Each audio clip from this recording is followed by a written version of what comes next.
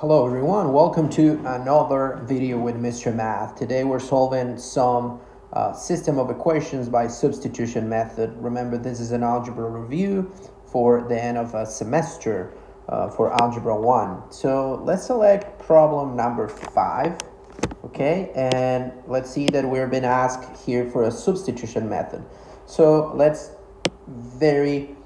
very quickly, let's remember what we need to do for substitution. Number one, these are like how I synthesize the steps, how I think the steps could be seen. Number one, I need to isolate one of the variables.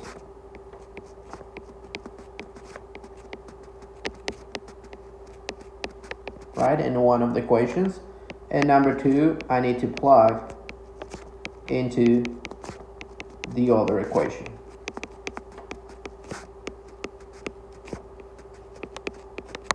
Okay, then just solve for the remaining variable, right? We'll solve for the variable.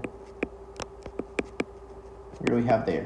Okay, so remember, we have to isolate one of the variables. We don't need to isolate either x or y. It depends which one is easier for us and from any of the equations. On this case, I want to be intentional and I want to select equation, the first equation, 5x minus y equals to 10. So let's work on it. For sure, I can isolate x, but it'll be easier to isolate y. This will be 5x minus 10 equals to y.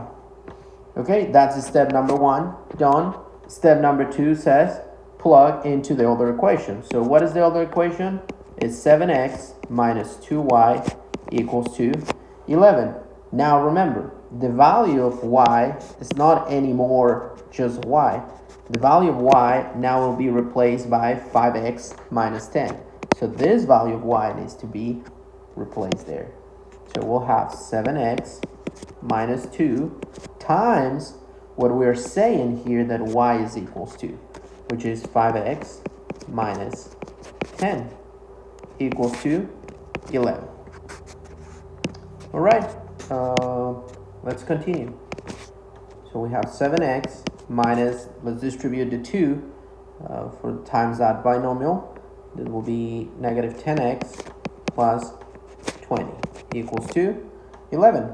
So we'll have 10x minus 7x minus 10x, that's negative 3x plus 20 equals to 11.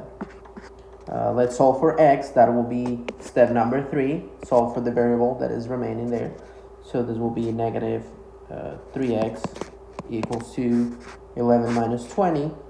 That will be negative 9. And let's divide everything by negative 3. Therefore, x is equals to 3. That's the first part of the solution. Then we need to just circle back to this expression, the original expression that we found there. We were saying that 5x minus 10 is equals to y.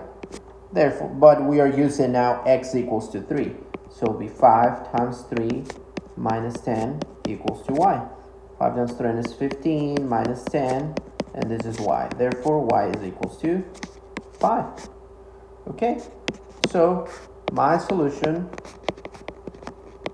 will be 3, 5. All right, thank you for watching this short video. Remember, follow us on social media, subscribe to the YouTube channel, and send your problems, send your exercises, whatever you have for homework from school. We will be happy creating content for you.